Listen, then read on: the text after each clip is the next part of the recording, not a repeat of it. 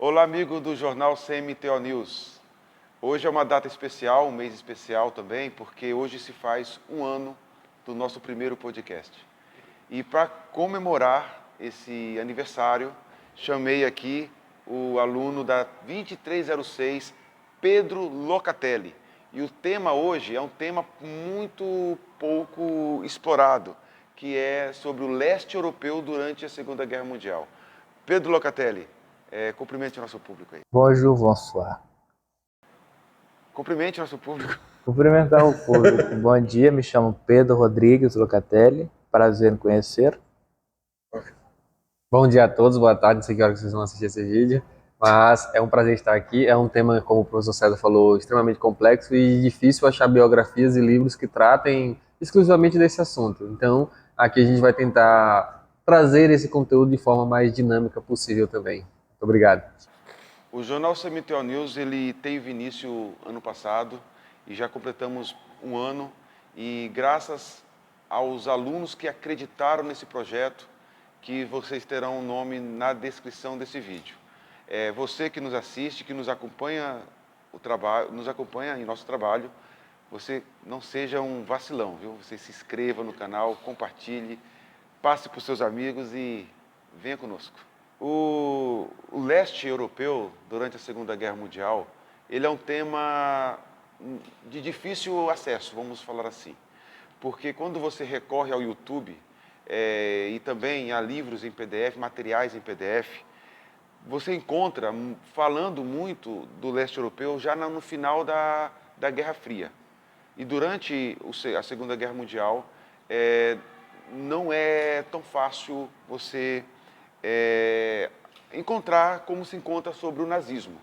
Mais um motivo você que nos assiste a dar atenção nesse projeto, nessa aula, porque realmente você encontrará pouco material sobre isso. Pedro Locatelli, é muito bom ter você aqui no nosso projeto, ter aqui você no nosso podcast como convidado. Antes de iniciar as perguntas, eu quero saber uma curiosidade. O que te levou assim a gostar de história e também gostar desse tema? Além de ser um tema muito pouco explorado, tanto pela nossa região também, o que me levou a ter um interesse mais na história foi saber que numa história nunca tem só um lado, tem dois, mas também entender tanto o padrão de vida e também como estava acontecendo e o que estava acontecendo naquele lugar para ter que tomar tais atitudes. Em si, é isso. O Pedro Locatelli, ele é um aluno muito inteligente. É um aluno que tem uma compreensão histórica acima, eu vou falar acima da média, né?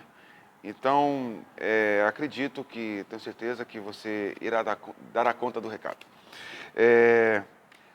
Então, Pedro Locatelli, antes aqui, ó, nossa mesinha aqui é simples, mas fica à vontade, viu? Nós temos uns petiscos aqui para você, né, nós nos distrairmos também. Então, fique à vontade, beleza? Explique para o nosso público. Em primeiro lugar, eu quero saber, assim, que você faça uma descrição geográfica do leste europeu. Descrição geográfica que eu posso dizer, vou pegar aqui um exemplo. A Alemanha aqui. Para cá é a Polônia, para cá para cima os Bálticos. Aqui é a Dinamarca, em cima da Alemanha, e aqui são os nórdicos. O leste europeu ele pode se englobular a Polônia, a Romênia, com a fronteira da União Soviética, junto com parte da União Soviética, a Iugoslávia, a República Iugoslava, a Albânia, a Grécia, a Bulgária, a Romênia e a Hungria. E a Áustria, só que isso é antes de 36. Uma vez eu estava num seminário de história e lá encontrei um livro. Por que os historiadores têm problema com a geografia? E você, aluno que assiste, você acha que a gente tem um HD assim, né? Na verdade, nos discursos acadêmicos, que é diferente muito do que vocês têm a gente na sala de aula, a geografia é complicado para o historiador. Você quer falar esse impasse entre geografia e história? Porque geralmente dentro da academia a gente estuda muito mais a questão cultural, os acontecimentos históricos em si, as mentalidades, como o próprio Locatelli falou, a cultura, como já disse Napoleão Bonaparte, quem conta a história é o vencedor. Então, se você for pegar só para tentar compreender esses momentos pela literatura mais clássica ou superficial, você pega só um ponto de vista. Então, o papel do historiador é se aprofundar. Só que a gente geralmente se aprofunda nas narrativas, nos contextos, nos eventos. Quando você fala onde é que fica a Bulgária, o professor de história treme na hora. Quer dizer, Você falou assim uma vez, o canal de Suez, né, que você falou, né? Não. É a... Não, no Egito ali, em uma das aulas você falou assim, professor, canal X, canal Y, e eu fiquei assim, você sabe... O canal de Suez, que é no Egito. Isso. E no momento eu fiquei, cara, esse cara, né, porque não é... A cartografia é uma ciência à parte, né? E é mais para o geógrafo, e são complexidades diferentes. Por exemplo, Polônia é leste europeu. É o leste europeu. Ela fica Professor, perto aprendendo do aqui, Mar ó, leste Báltico. europeu. Mas você fez uma descrição geográfica, eu queria que você se aprofundasse um pouquinho nisso aí, porque antes da Primeira Guerra Mundial, esse leste europeu se resumia a 8 países. Ou não? Não, era muito menos. Menos que Porque 8. a Polônia, na Primeira Guerra Mundial, ela não existia. Antes do período da Primeira Guerra Mundial. Ela era um território que foi disputado por muito tempo entre o Império Russo e o Império Alemão. Ele ficava lá no meio, lá perto, fica no mesmo lugar que hoje em A dia. Polônia não existia enquanto Estado, mas existia quanto povo, é isso? O povo existia. Sim, Porque muito lá tempo na atrás. medieval eu tinha ouvido falar. Né, eles existiram por muito tempo, só que a cultura existia, só que eles eram dominados por outros, que era parte pelos alemães e parte pelo Império Russo. Embaixo você tinha a Áustria-Hungria, que incorporava a Romênia, a Hungria, a Áustria, a Bulgária ainda não, a Bulgária ela ficava de fora. A Sérvia, a Sérvia foi um dos motivos do estopim da primeira, por causa que foi na primeira ou na segunda guerra contra a Bulgária que os sérvios eles foram dominados pela Áustria-Hungria. A Sérvia foi na Primeira Guerra Mundial. Que a primeira é a Guerra dos Balcãs, que foi todo mundo contra a Turquia. Depois aí a segunda foi todo mundo contra a Bulgária, que É até que a Turquia na entrou no época meio. chamava Império Império Otomano. Otomano. É o Império Otomano. E entrou nesse sentido. Aí os únicos países que existiam, que ficava de fora da União, era a Grécia, Turquia não, é o Império Otomano, a Bulgária e a Sérvia, porque a Sérvia pode ser contada porque ela era mais como um estado separatista, tinha uma força separatista, mas era incorporada dentro da Áustria-Hungria. Aí, na Segunda Guerra Mundial, já tem depois da Primeira Guerra Mundial, já tem um novo delineamento fronteiriço. Depois, Aí você vai ver na década de 90 a desintegração da União Soviética dá origem a mais de 20 países, né?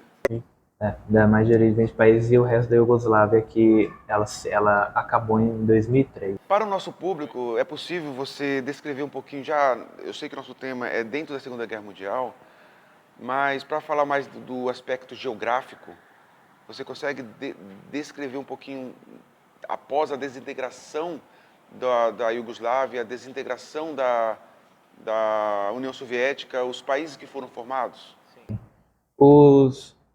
Em 1991, quando a União Soviética, a CCC, ela colapsou, tanto por base da sua economia, foram vários países que estavam sobre SSRs, que eram as repúblicas da União Soviética.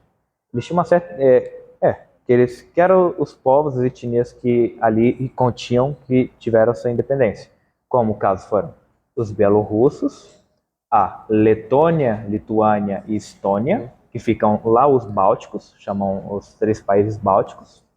Você teve a Armênia, o Azerbaijão, a Geórgia, e no mesmo ano você teve a tentativa da Chechênia se manter independente.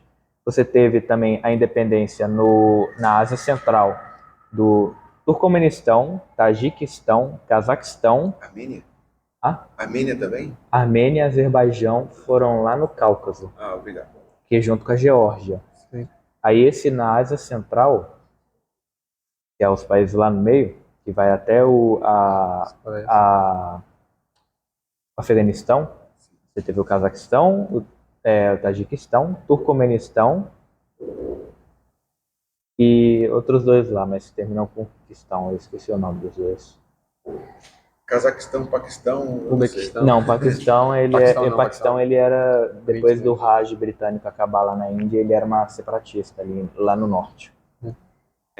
Você falando isso aí, eu queria até fazer um apontamento que o Acácio disse, é que na faculdade a gente estuda muitas teorias, né? As teorias sobre as narrativas, as mentalidades e as particularidades como relação a essas questões que nós estamos trazendo aqui, muitas vezes fica de segundo plano.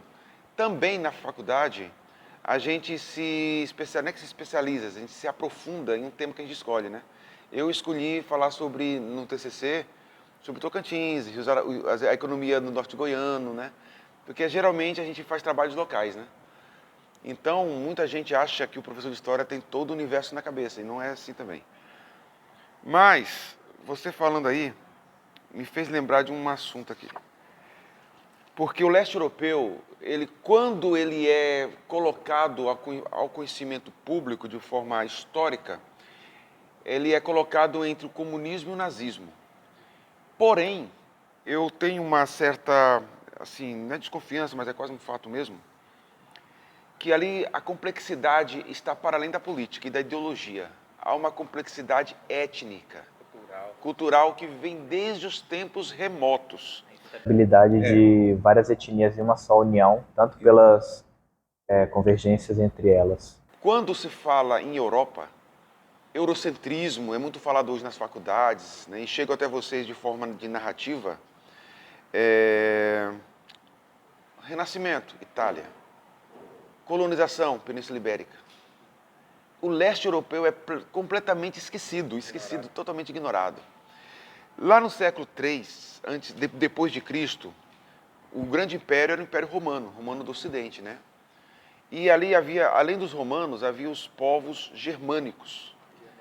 E eram vários povos que eram considerados, chamados de povos germânicos. Eram várias tribos na região do leste europeu e tanto no norte, que eram chamados. Para o nosso amigo entender, quando acontece a invasão a Roma, em 1476, no século V, antes disso, os germânicos que estavam ali em torno do Império Romano, eles se estabeleceram na parte ocidental da Europa. Mas não havia somente o povo germânico, havia povos eslavos, que eram povos escravos, né? Os povos eslavos, enquanto os germanos foram ali ocupando a parte ocidental da Europa, que hoje é a Europa Ocidental. Exatamente, os lobardos, temos os ostrogodos, que é ali, visigodos, saxãos, bretões, que hoje é Europa Ocidental, Alemanha e Itália. Os eslavos, os povos lá no século III depois de Cristo, eles começaram a se estabelecer na parte leste. E eram muitos povos eslavos, eram vários.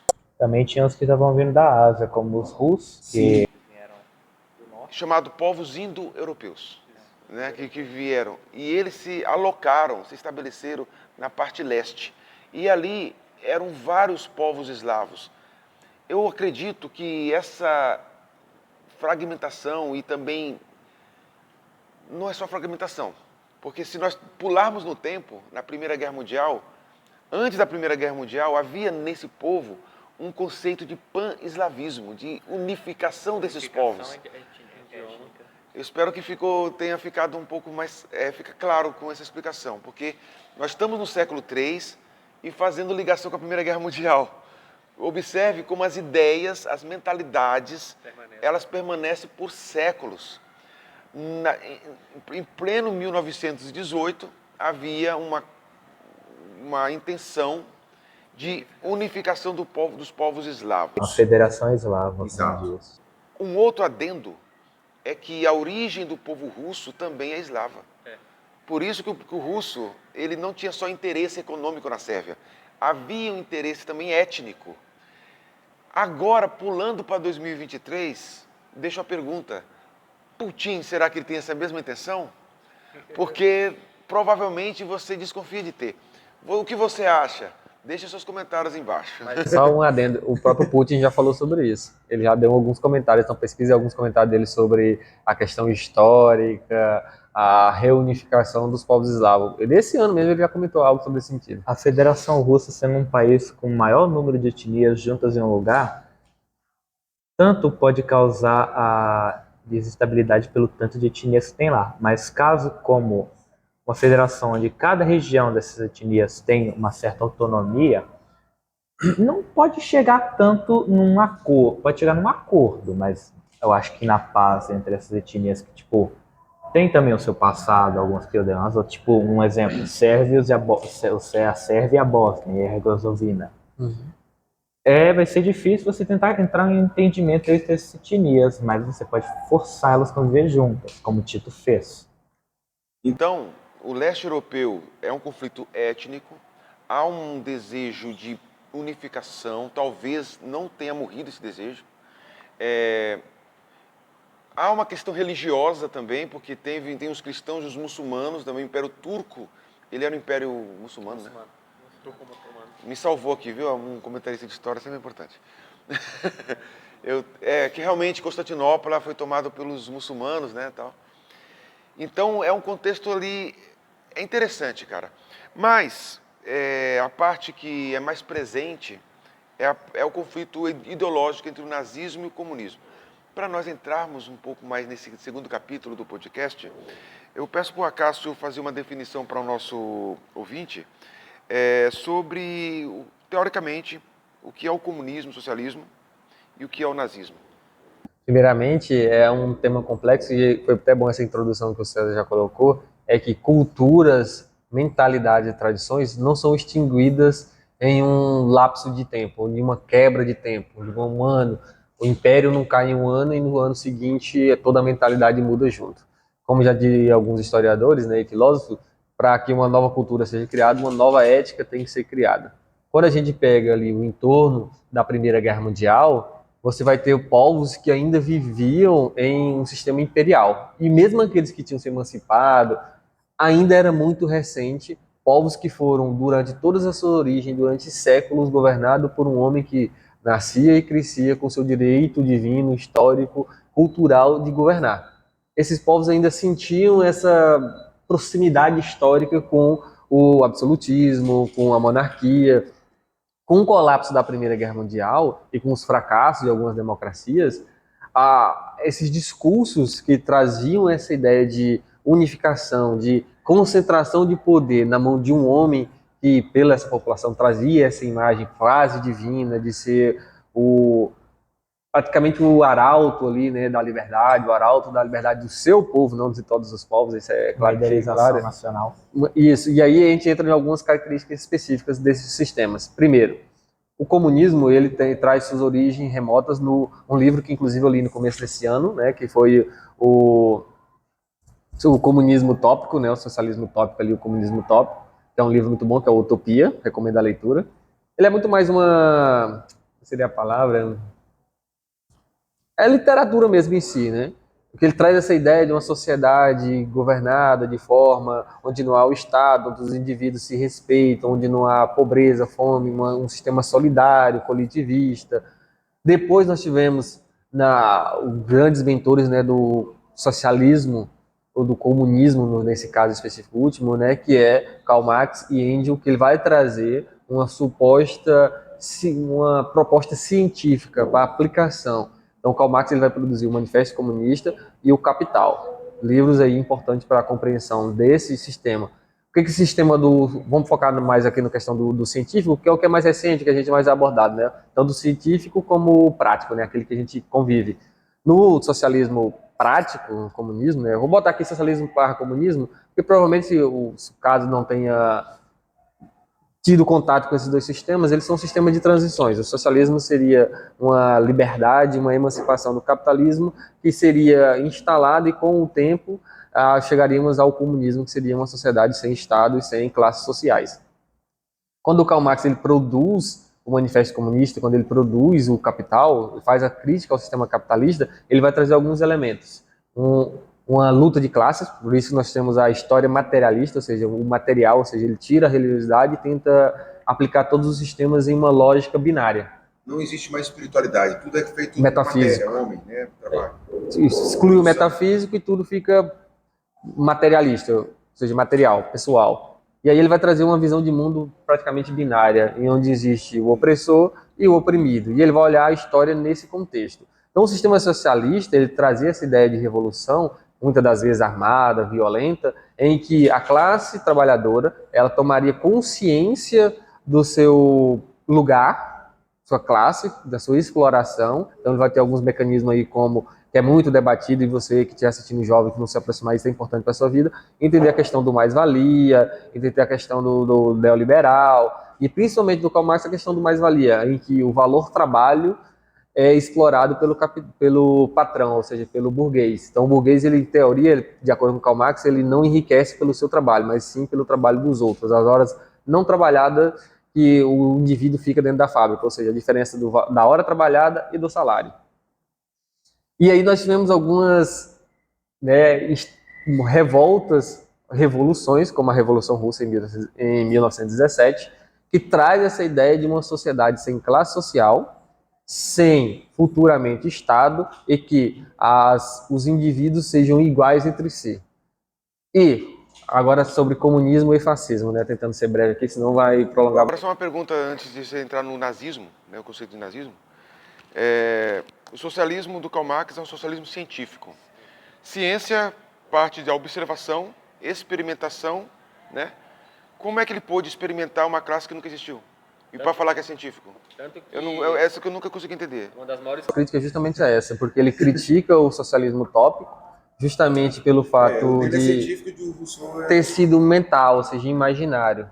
Nunca teve algo na prática. Na prática. Só que quando ele fala científico, ele precisaria ter viajado pela Europa, conversado com os proletários, com os trabalhadores das fábricas, olhar essa situação, ter trazido elementos, dados, fontes, etc. Mas ele tem elementos. No Capital, parece que ele usa documentos do parlamento inglês lá sobre a questão econômica dos Estados Unidos, da Inglaterra. Agora, como eu gosto de ser... não gosto de esconder fatos, há uma crítica de que ele manipulou os dados, mas é aquela coisa, há uma diferença em que você pega dados oficiais e outras é onde você vai defender uma classe onde você não ouviu essa classe. O mais importante, na prática, de qualquer método científico, é a experimentação por si mesmo, pelos seus olhos. Então, você teria que viajar, andar, pesquisar. Mas é uma sociedade que não tem a classe para falar, não, realmente os métodos para usados é uma sociedade sem classe, funciona dessa forma, experimentado, observado, para dizer que é científico. Se é utópico, é algo que não existe. Utopia é lugar que não existe, lá em Thomas More, né? Sim. Então, eu tenho uma utopia, eu tenho um sonho que a união de certas pessoas um dia vai promover um mundo melhor. É um sonho, é uma utopia, é algo que está para o futuro. O que eu nunca consegui entender, eu sei que muita gente que assiste gosta do Karl Marx, tudo bem, mas o que eu nunca consegui entender é como isso é chamado de científico. Sim, também não. Mas se quiser falar sobre o nazismo... O nazismo, vamos ser um pouco mais breve, porque a gente tem um tempo um pouco limitado aqui. Passando esse princípio de que as sociedades europeias ainda eram muito recentes, governadas anteriormente por monarquias, quando o fascismo ele surge, após a Primeira Guerra Mundial, em uma Europa praticamente toda fragmentada, quebrada, passando uma crise econômica absurda, líderes começam a surgir com propostas de unificação de um povo. E aqui eu trouxe até alguns elementos. Primeiro, a doutrina fascista, né, é um livro que principalmente hoje a palavra fascista está sendo muito comentada nas redes sociais, qualquer discussão política é esse nome fascismo, né, que tem um S. Às vezes parece que perdeu a credibilidade da própria palavra. De tanto rotular todo mundo de fascista, terminou esvaziando o conceito de fascista. E aí a palavra vaga, não tendo essa importância mais. E aí o que é o fascismo em si?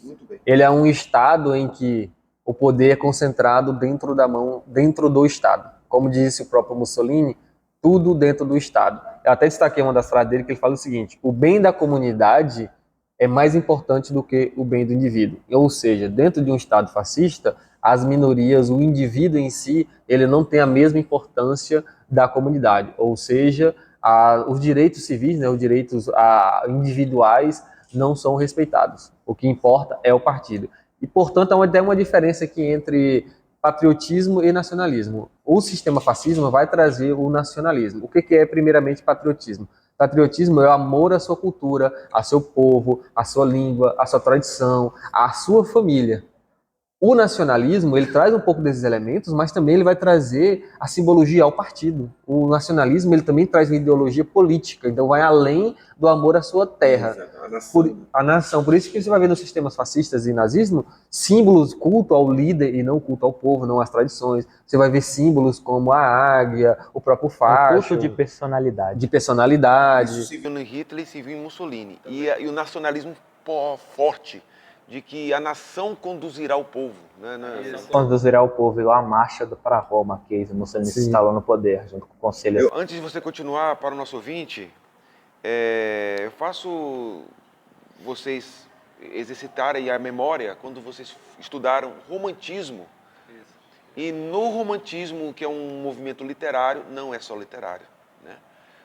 Dentro do romantismo há aspectos, há um germe ali, há uma semente do nacionalismo. O nacionalismo traz essa ideia de que o nacionalismo ele ultrapassa a ideia de amor à pátria ao ponto de trazer o ódio às outras sociedades, aos outros povos. Então o nacionalismo, quando ele é extremista, ele praticamente cria na mentalidade daquele povo a autoaceitação, por exemplo, de invasão de povos vizinhos, que vai acontecer justamente na Segunda Guerra Mundial. Isso. Nós temos também proibição da liberdade de expressão, ou seja, a mídia e o Estado, o jornal, tudo, como diz o Mussolini, ele é livre a partir do momento que ele concorde com o Estado. Então a liberdade de expressão, os direitos individuais, eles ficam de lado. Então você não tem o direito de discordar do Estado, do governo. Nós também temos algumas coisas em comuns, né? Que é em comum se fala entre esses sistemas fascistas, que são contrários ao liberalismo econômico, são contrários ao comunismo, socialismo, são contrários à liberdade de expressão, são contrários aí a praticamente tudo que não seja ao cristianismo, ao paganismo, porque o cristianismo, praticamente a gênese do cristianismo é contrária a essa ideia, por exemplo, de assassinato ou de escravidão, ou que superioridade de povos. Superioridade de povos, que a palavra de Cristo está justamente que somos todos iguais, somos todos filhos de Deus. Então, em todos os estados fascistas, o cristianismo foi combatido. Alguns foram até proibidos, por exemplo, na Alemanha, na Itália, se não me engano, na Itália eu não tenho certeza, mas o ensino do catolicismo foi proibido. Na União Soviética também, né? Era proibido, rasgavam a Bíblia lá. Eles só começaram a abrir mais foi no período de guerra, os patriarcas lá da igreja. Eu perguntei sobre o nazismo, aí você fez um retrospecto do fascismo. Eu acredito porque o fascismo tem muito a ver com o nazismo, né? O nazismo, ele é um sistema fascista, só que ele traz alguns elementos característicos próprios, que é a eugenia racial, ou seja, a eliminação de indivíduos que ele considerava minorias ou menores, como pessoas que tinham deficiências intelectuais, ou especiais, ou física, ou, em casos mais extremistas, ele era um antissemitismo, ou seja, eram contra os povos semitas, os que a gente conhece hoje, né, como judeus. E também ele traz até essa mentalidade um pouco ele comprou uma mentalidade, uma coisa interessante, né, sobre Hitler, que ele viu uma fórmula que tinha dado certo dentro do socialismo, comunismo, que era a ideia de que você colocar um inimigo, e principalmente esse inimigo como mal da sociedade. Você então, criando um bode expiatório para todos os problemas daquele lugar ou daquele país, você consegue juntar várias pessoas para uma só causa. Foi o que ele faz com os judeus. Ele coloca os judeus como os parasitas que absorveram a riqueza da Alemanha. O motivo da Alemanha ter quebrado. É a pobreza da Alemanha, então ele coloca toda a pobreza da Alemanha, todos os males da Alemanha nos judeus. Então ele vai trazer o antissemitismo, a eugenia, ou seja, a eliminação de etnias, de raças. Ele vai trazer principalmente uma ideia também muito forte de raça superior, darwinismo social, que é justamente como o próprio Locatelli já falou aqui, os povos arianos, ou seja, o arianismo, que seria uma raça de povos ali, né, nórdicos. Por isso que você vai ver muito falar sobre aquelas características de olhos azuis, de cabelos loiros, brancos, etc. Então ele valorizava essa raça nórdica que, teoricamente, de acordo com eles, eram superiores. Então esses três elementos aqui para diferenciar melhor o que é a diferença entre o fascismo italiano e o alemão. O alemão nós temos eugenia racial, antissemitismo e superioridade racial. esses três elementos aqui, mas no restante é muito parecido com o fascismo. Então os dois são fascismo, só que o alemão tem essas características que diferencia do italiano. Ele pegou o fascismo e eles fizeram ao próprio modo caseiro. Sim. Por isso que é chamado de nazifascismo, né? Eu indico para o nosso amigo um livro de Paul Johnson, Tempos Modernos. Né? Nós sabemos, temos vários historiadores, mas nas faculdades brasileiras predomina o Eric Hobsbawm, que também vale como indicação. Mas indico um outro que não é tão falado e provavelmente ou igualmente bom, ou até melhor, na minha opinião, é o Paul Johnson, Tempos Modernos e Os Intelectuais. Muito interessante aí para entender essa questão das ideologias do século XX. Pode falar. E outro livro que eu recomendo muito também para a leitura, para compreender esses sistemas, porque também tem a questão do sistema econômico, né? Dentro do fascismo, ele controla os meios de produção. O Estado, ele tem total controle da economia, da vida pessoal, de tudo. Então, eu recomendo ler muito o livro do Joseph sobre capitalismo, socialismo e democracia. Você falou uma coisa aí no seu comentário, de que o indivíduo tem que ser suprimido pelo bem comum. Será, assim, só para deixar uma pergunta, não quero resposta, que a gente sempre ouve, né, se submeta a certas coisas por conta do bem comum. Eu ouvi muito isso nesses últimos 4 anos. Mas beleza. Aproveitando, deixar essa provocação no ar, né? Olha, você tome essa água porque é para o bem comum. Beleza? E às vezes é para o bem comum mesmo, mas é fascista, isso é uma ideologia fascista, é uma premissa, vamos dizer, né? É um modus operandi. É complexo aqui, né? Às vezes é uma ambiguidade porque entra no necessário. Mas aí quem decide o que é necessário? Exato. Olha, quem decide o que é necessário, né? Eu acho que eu não sou capaz de decidir para mim não, né? Talvez alguém... Vai decidir pelo outro, não tem como. Eu falando isso, pessoal, eu sei que soa provocativo, mas era isso que acontecia na Itália, na Alemanha, onde os alemães... Tem muitos documentários sobre isso, muitos livros sobre isso. Os alemães eram levados a se submeter a certa pauta política porque o partido sabia melhor. Eu vi depoimentos de alemães pós o nazismo falando assim, nós nos submetíamos ao que Hitler falava porque nós acreditávamos que ele nos levaria à vitória final. Que vitória final? Observe o nacionalismo aí, né? Interessante. Agora, já que nós descrevemos o Acácio muito bem sobre nazismo, fascismo e nazismo, e comunismo, né? Essas eram as ideologias ali que estavam predominantes naquela região. No leste europeu você tem um toque também monárquico, que algumas monarquias existiam ainda lá. Antes de falar sobre isso, a religião católica não era o catolicismo romano, era o ortodoxo. Eles seguiriam o patriarca de Moscou, mas como estava fechado por Então, como o Acácio explicou muito bem sobre essa relação, né, esse conceito ideológico, nazismo, fascismo e comunismo, e você falou também que é o que marcava o leste europeu na Segunda Guerra Mundial, eu queria que você fizesse uma relação, né, já pegando o gancho que o Acácio já falou, sobre esse avanço comunista, avanço nazista no leste europeu, e eu vou acrescentar mais um detalhe. Se você tiver como relacionar isso com o pacto de não agressão assinado entre Molotov, russo, Ribbentrop, alemão, nazismo e comunismo aí, ó, dando as mãos, em agosto de 1939. Porque alguém fez uma brincadeira. Se tem 10 nazistas na mesa, se eu sentar junto, eu sou 11 nazistas. Aí alguém colocou meme. Ribbentrop e Molotov. Você teria coragem de chamar os comunistas de nazistas? Não, aí não. Vai lá, vai com você.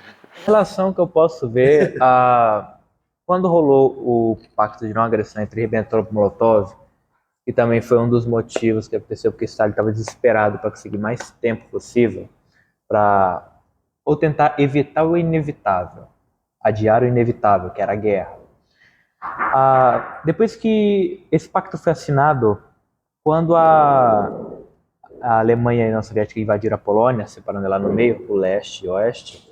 Você teve a invasão nos Balcãs, que era a Letônia, Estônia e Lituânia, que eles foram invadidos no meio do processo, eles foram integrados na União Soviética como repúblicas, SSRs.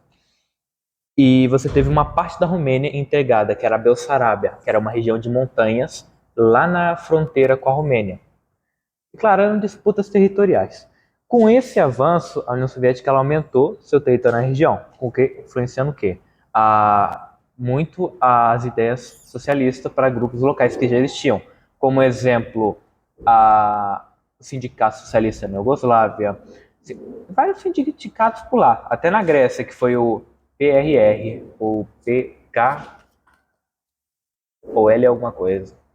Eles influenciaram nesse quesito. Não era algo tão grande, algo que conseguiria derrubar um governo. Em si era só uma revolta lá. Revoltas aqui e ali, insatisfação aqui e ali. Mas em si não tinha nada muito grande.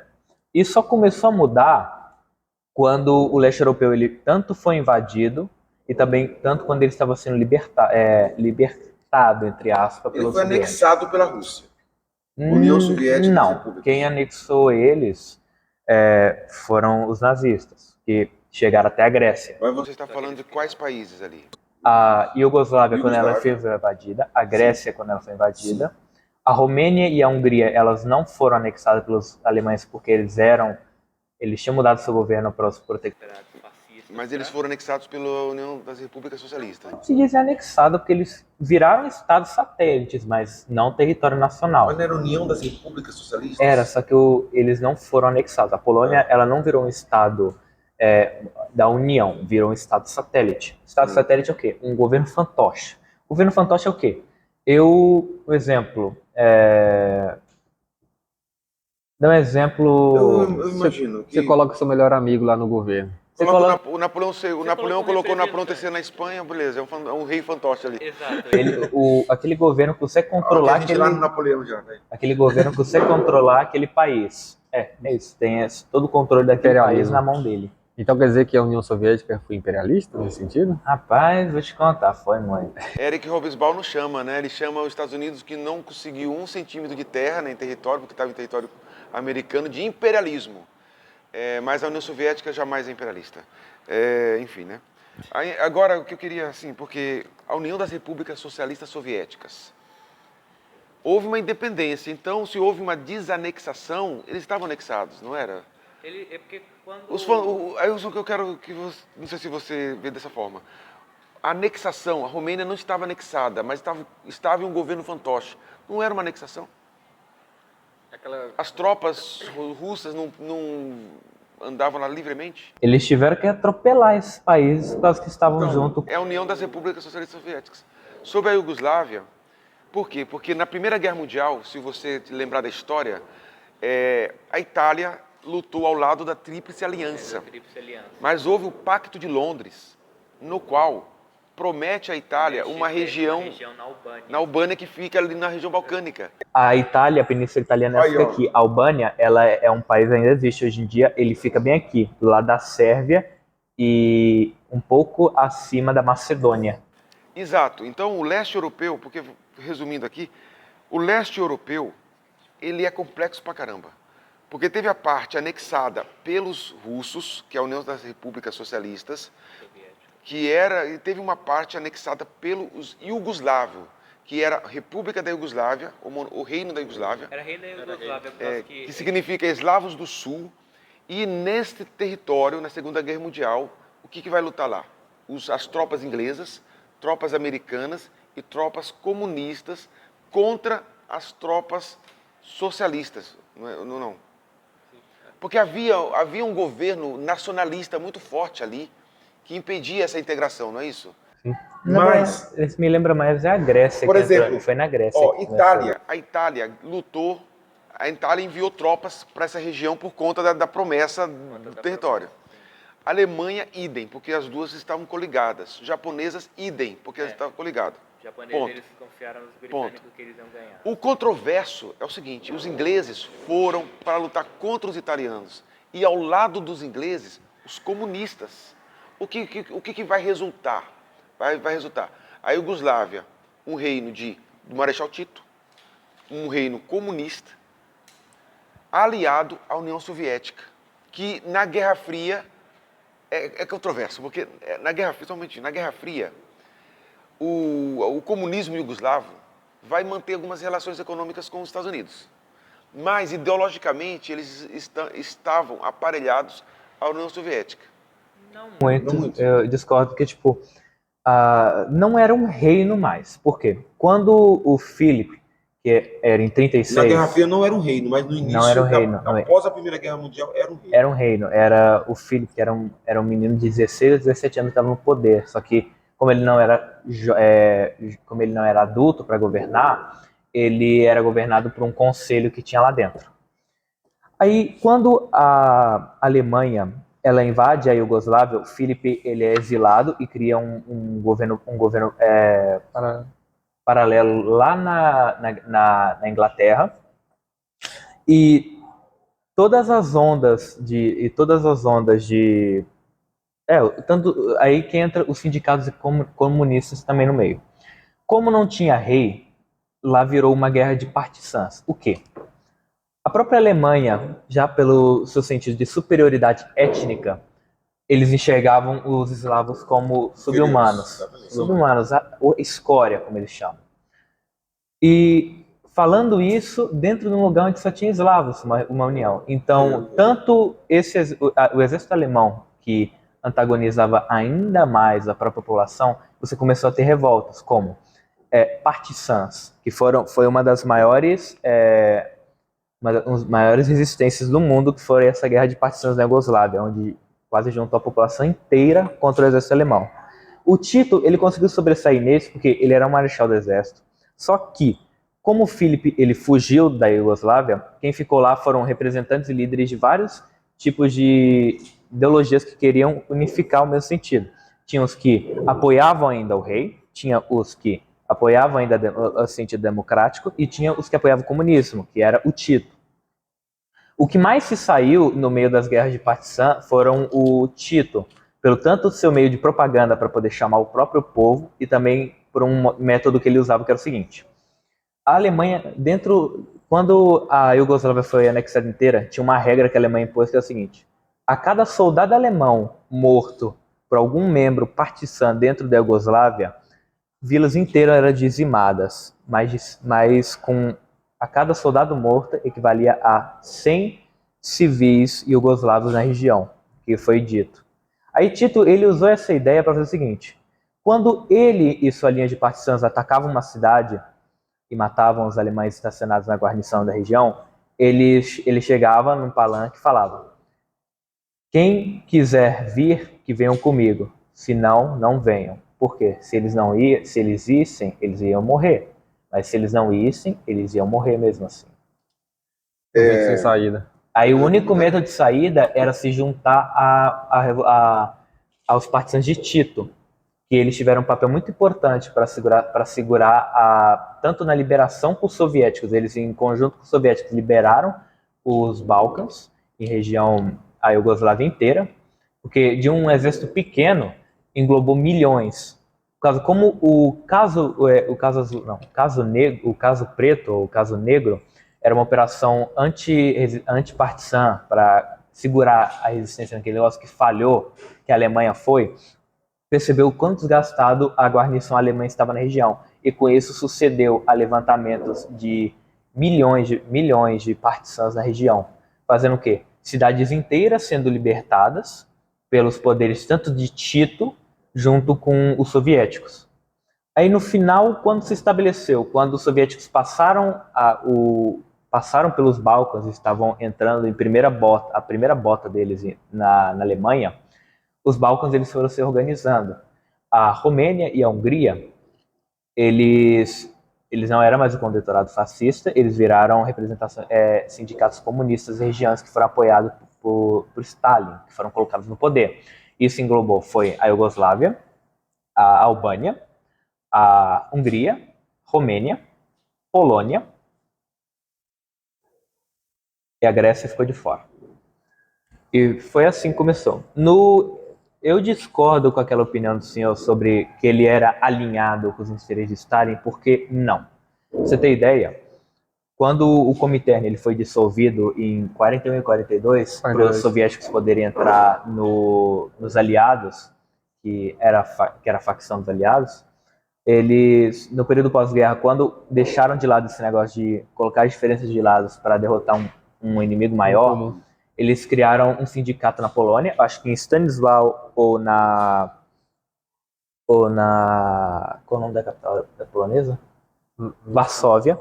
É verdade, tá só. Varsóvia, que era um sindicato que englobava todos os países nos Balcãs, incluía todos os países, que era a Bulgária, a Bulgária, a Hungria, a Romênia, a Iugoslávia, a Albânia e os próprios poloneses. Só que no final disso, Stalin queria que todo mundo era submisso a ele, queria que mais independente. Só que Tito, ele era mais independente, ele não pensava no interesse só para a União Soviética, em seu interesse da própria nação.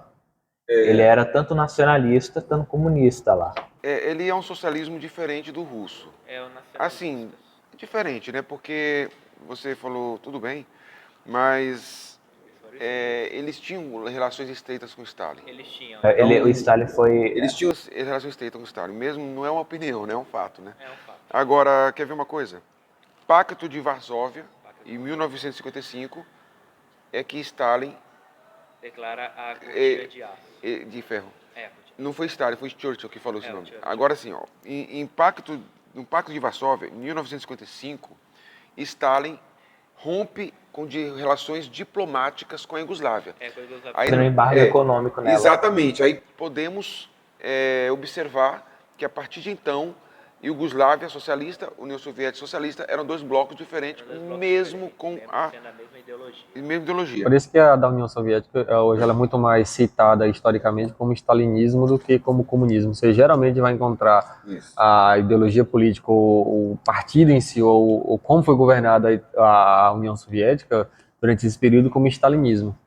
Que eu entendo nas minhas reflexões aí, que é mais um truque de linguagem, né, do que na verdade é comunismo, né, foi socialismo. Pode não ser o comunismo aquele comunismo mesmo, né, de sociedade sem classe. Eu concordo de nunca ter existido. Esse argumento me é interessante falar que não existe. O comunismo nunca existiu. Integralmente talvez não, mas a luta para que isso aconteça existiu, né? Então vamos aqui para nosso tempo é um pouco. A similaridade dele existiu, mas não completa. O socialismo é O caminho para isso. Houve militância, houve partidos, houve todo o Partido Comunista existe no mundo inteiro. A gente chama de socialismo real, Exato. porque é o que foi na Socialismo prática, né? real nunca aconteceu, nem na Então, prática, porque ele como tinha que ser adaptado nosso para poder tempo- suprir a própria região. Nosso, Exemplo é o coletivismo. nosso tempo é um Um pouco curto. E a Iugoslávia, eu acho que requer um podcast separado. Eu acho que a quinta pergunta já ficou subentendido, né? Porque o Winston Churchill chamou cortina de ferro o bloco socialista quanto para dividir, né, a Europa comunista com a Europa capitalista, né? Teve o Plano Marshall, teve a OTAN, né? O contrário do plano Marshall, que foi os soviéticos fizeram a Comecon, que é o mesmo sentido, só que era só para os países do leste, que eles tinham a mão. Aí a cortina de ferro é essa divisão. Exato. Para o amigo que nos assiste, indico um livro chamado Terras de Sangue, Europa entre Hitler e Stalin. Esse livro é precioso, do historiador chamado Timothy Snyder. Terras de Sangue, Europa entre Hitler e Stalin.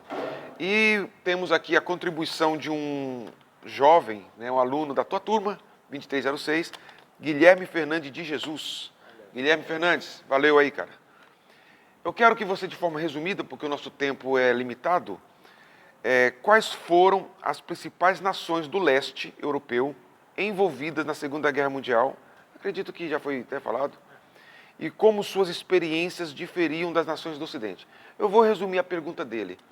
Fale de forma resumida as diferenças políticas, ideológicas, econômicas das nações capitalistas da Europa e essa do leste.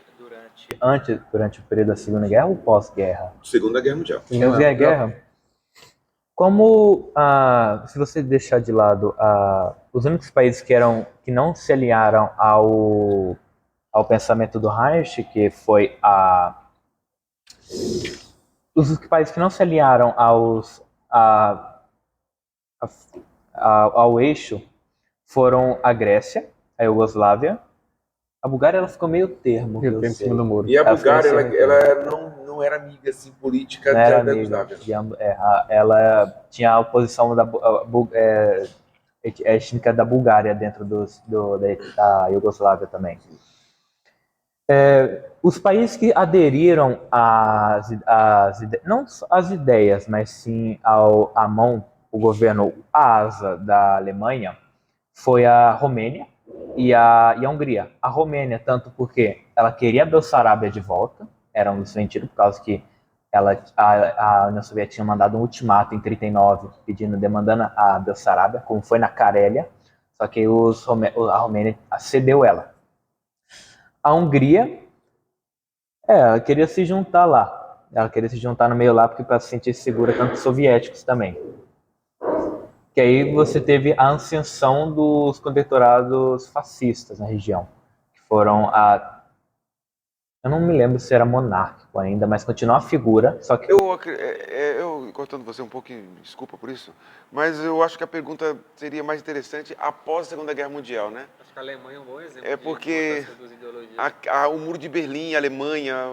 Então, Acácio, quer fazer Que esses... até é uma confusão. Todo mundo sempre fala sobre o Muro de Berlim, mas é porque Berlim, a capital mesmo, ela também foi dividida. Então, ela foi temos a dividida Alemanha- entre 4 setores. Exatamente. Dá continuidade na resposta dele? É só porque fica mais fácil entender essas duas ideologias na prática, de forma nesse período né, histórico, a divisão da Alemanha. Então a Alemanha vai ser dividida, né, entre os capitalistas, né, ingleses, franceses e americanos, e do lado, né, do Oriente ali, o socialista, né, da União Soviética. Só que aí dentro da parte soviética você vai ter Berlim, que também vai ser dividida no meio. Ao meio. Então Berlim ali ele ficou ao lado do Ocidente, né, ao lado do capitalismo, ele ficou praticamente uma ilha, tanto que todo o transporte, se não me engano, era feito só por avião, a alimentação. Eles tentaram barrar por via terrestre, só que como isso não deu O certo, por causa IDH dos da aviões. parte capitalista era maior do que a parte Sim. socialista? Hoje em dia você percebe tanta diferença na Alemanha, mesmo sendo unificada, você percebe que todo esse período que ela passou historicamente, você percebe que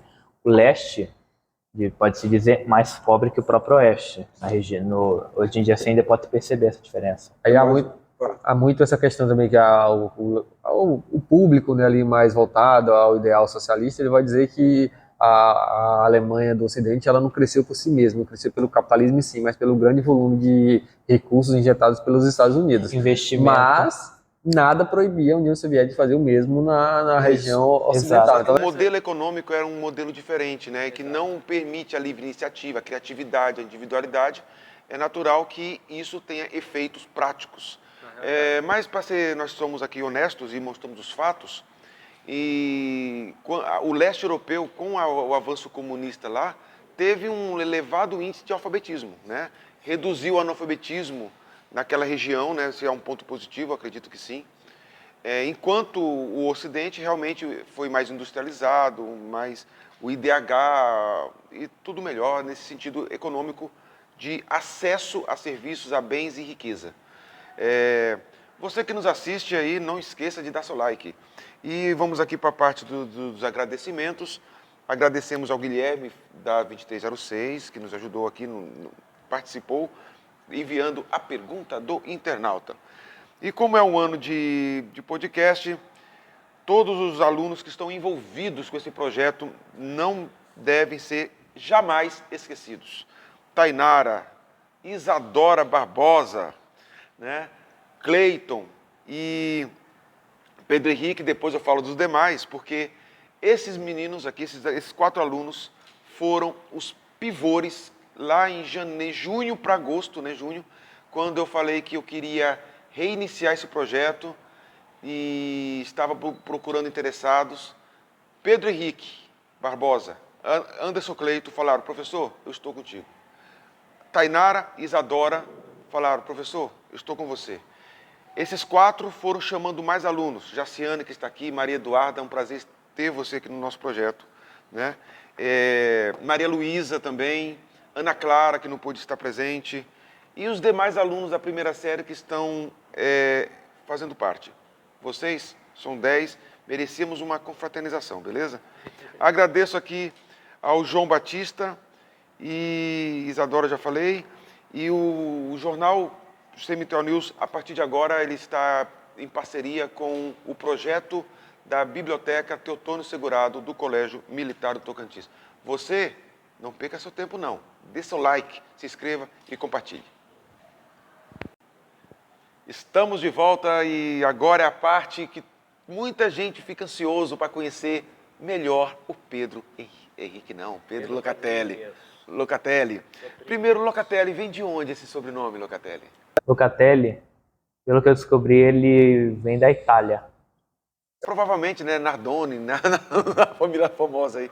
Locatelli, né? Locatelli. Mas é verdade que todo italiano fala com a mãozinha assim? Então, Locatelli, fale para o nosso público assim, o que você mais admira nas pessoas. Eu mais admiro nas pessoas. Nada.